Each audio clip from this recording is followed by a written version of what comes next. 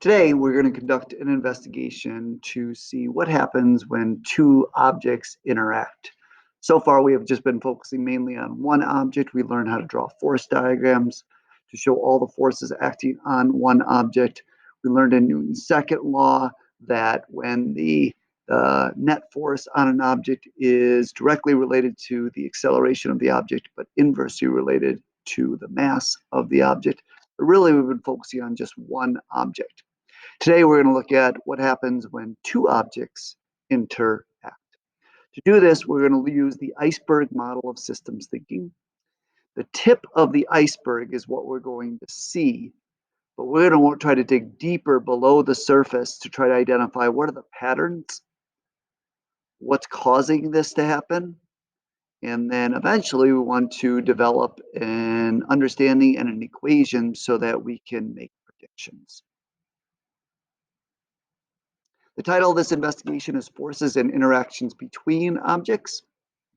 To help you get thinking this more today, I want you to ask yourself these questions.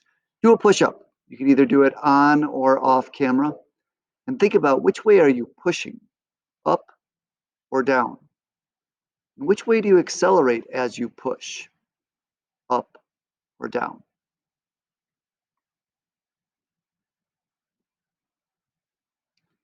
Next, I want you to jump up in the air. Which way do you push in order to jump, up or down? Which way do you accelerate as you push, up or down? The third question I want you to consider is, how does the gravitational force that you exert on the Earth compare to the gravitational force that the Earth exerts on you?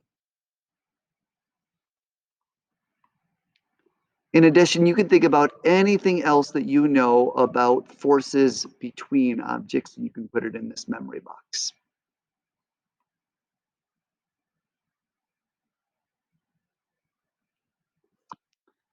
The purpose of this experiment is to determine the relationship between the force of object A on object B compared to the force of object B on object A.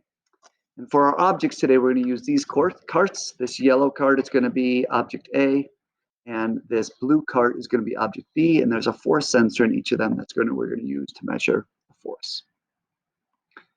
For your hypothesis, you're going to state this: if the force of object A on object B increases, then the force of object B on object A will.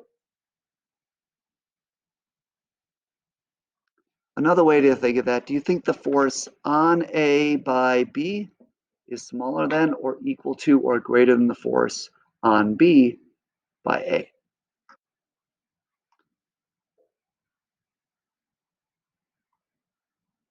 So our independent variable, I'm going to control the forces on one or both objects, and then we're going to see how the force on the other object is impacted. For each situation described in the data table, you're going to record how the force that student A, or I should say object A,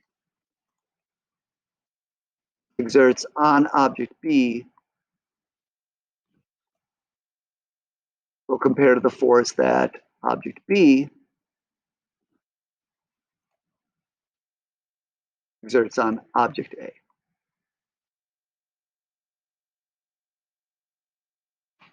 You could record the forces down below. Remember, we measure forces in newtons. Here are the different situations. You could also think about how the force diagram would look as to whether these arrows would be the same size or a different size for each of the situations. The first one that we're going to do is we're going to have object A, this cart on the left, pulling on object B, the blue cart. And we're going to see how the forces compare. You can make your prediction in your head as to whether the force on B by A is going to be bigger, or the force on A by B is going to be bigger, or whether you think they're going to be the same size. So here we go. Once again, A is pulling on B.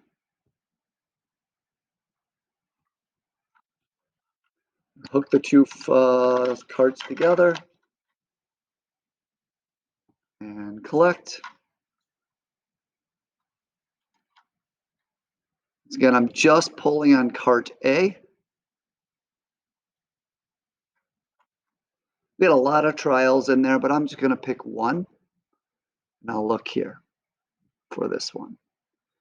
All right, so the force on A by B was 11 and 62 newtons. The force on B by A was negative 11 and 65 newtons. So you can enter those into your data table. Once again, one is positive 11 and 62 newtons, and the other one is negative 11 and 65 newtons. Right, next I'm going to have B pulling on A. So once again, the cart on the right pulling on the cart on the left. I want you to make your prediction as to how do you think those forces are going to compare.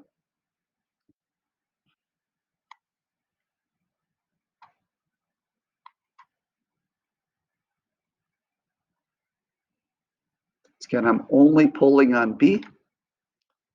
I'll pick this one in the middle that we can use for our data point. And we've got that the force on A by B was 13 and 68 hundredths, and the force on B by A was negative 13 and 68 hundredths.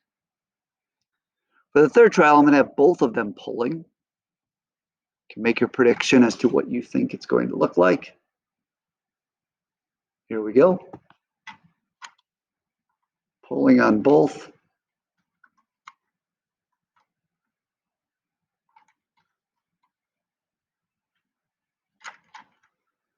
I'll pick one of those pulls. Use this one right here.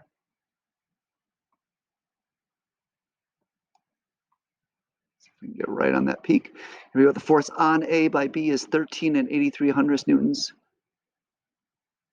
And the force on B by A was negative 13 and 70 hundredths.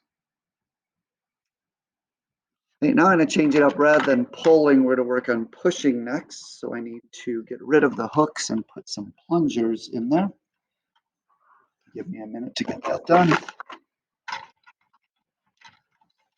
You could be analyzing your data in your data table. How are those forces comparing? Are you seeing any patterns?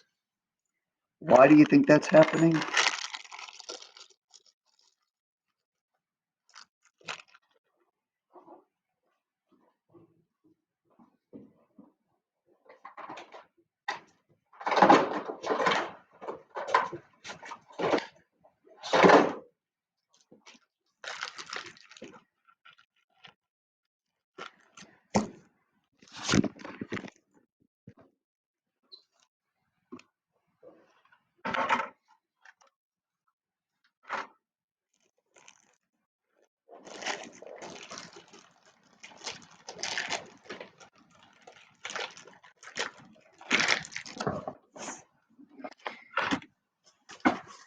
Sorry for the delay. My plungers disappeared. Oh, there they are.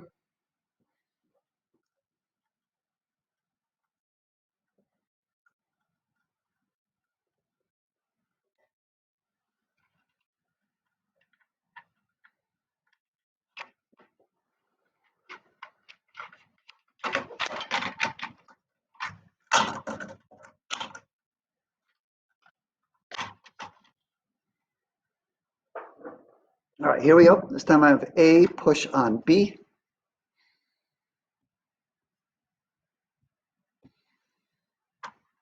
Just going to be pushing with A, holding B still.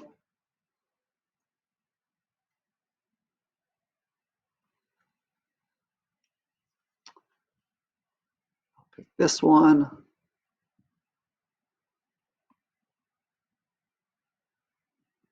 So the force on A by B was 15 and 14 hundredths newtons, and the force on B was negative 15 and 6 hundredths.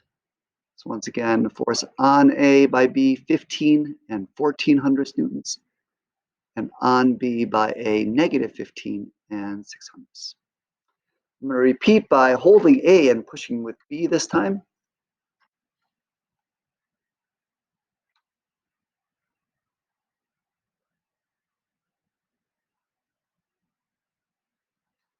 You notice anything about the shapes of the graphs as I do that? I'll pick this one right there. So let's pick a smaller one this time. So the force on A by B is 9 and 46 newtons. 9 and 46 newtons. And the force on B by A, negative 9 and 43 newtons. Negative 9 and 43 newtons. Next thing I'm going to do is push on with both of them.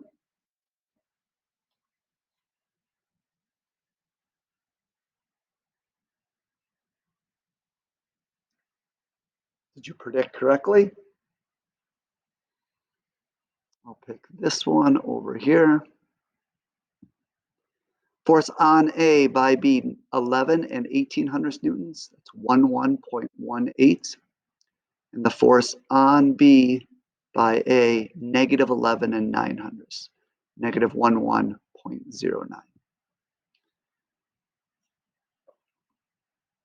Okay, examine the data. Are you seeing any patterns?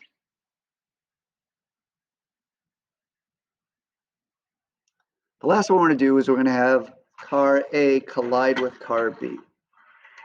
And to make it a little bit more interesting, we're going to make one car a lot more massive than the other.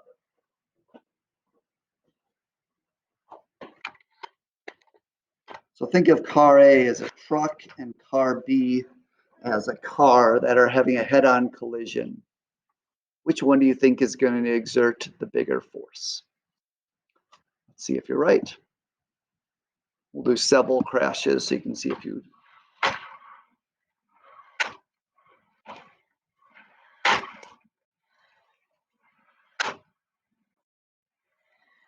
Had 4 different crashes there, and you can see if you were watching the karts at all, that when they hit, there's definitely a difference in which one accelerates more. The car is definitely accelerating a lot more when it gets hit. But if you look at the forces are about the same size. I'll just pick this one for an example that you can include in your data table. The force on the semi by the car was, oh, I'm not quite getting that one. Let me try a different one. 4 and 9300ths. And the force on the car by the semi was negative 3 and 5900ths. Let's see if we can find a better example there.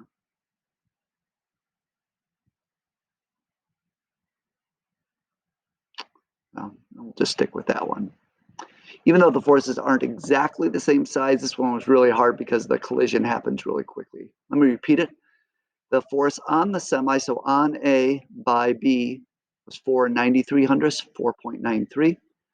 And the force on the car by the semi was negative 3 and 5900 newtons, negative 3.59.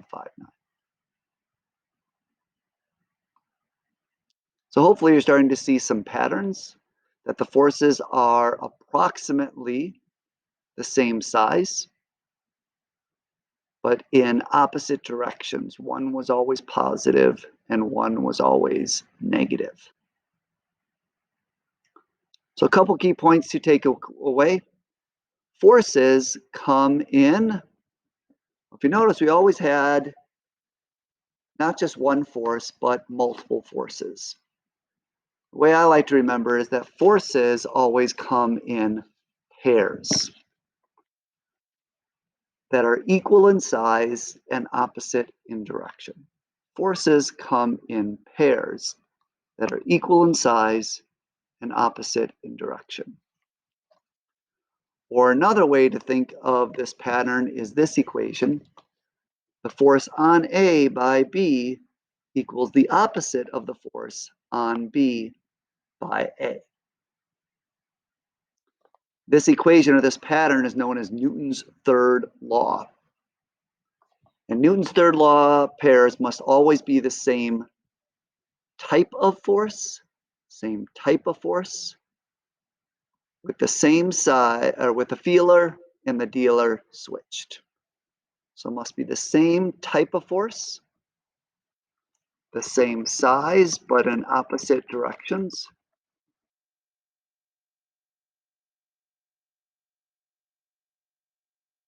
and with the feeler and the dealer switched. An example of this is gravitational forces, which we have studied to some extent. Here we've got two objects. You can call them objects A and object B. And you can see the size of the forces here. They are equal in size. The arrows are the same size, but they're pointing opposite directions. You can also see the size of the gravitational force here.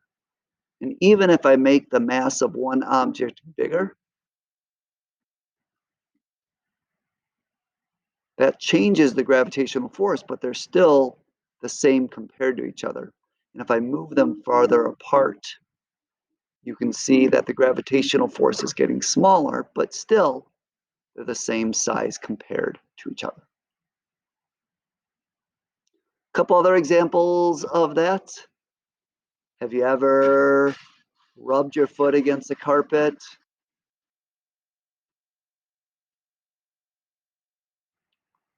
and given yourself a shock? Or taken a balloon and rubbed it on your sweater and then had it attract to other things?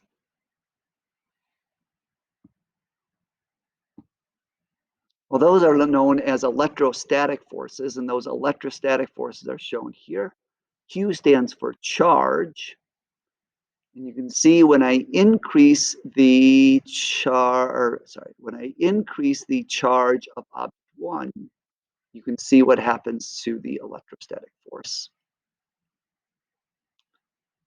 And when I increase the distance between them, you can see what's happening to the gravitational force. Both gravitational forces and electrostatic forces are what we call field forces. That means objects don't have to be touching for field forces to exist. And the way that electrostatic forces behave and gravitational forces behave is very, very similar. It's amazing how God designed it so that those two field forces would be the same. But if you notice, no matter what variables I change, the forces always stay the same. If I bring them closer, the forces both increase. If I decrease the charge on object 1, they both decrease, but they always stay the same.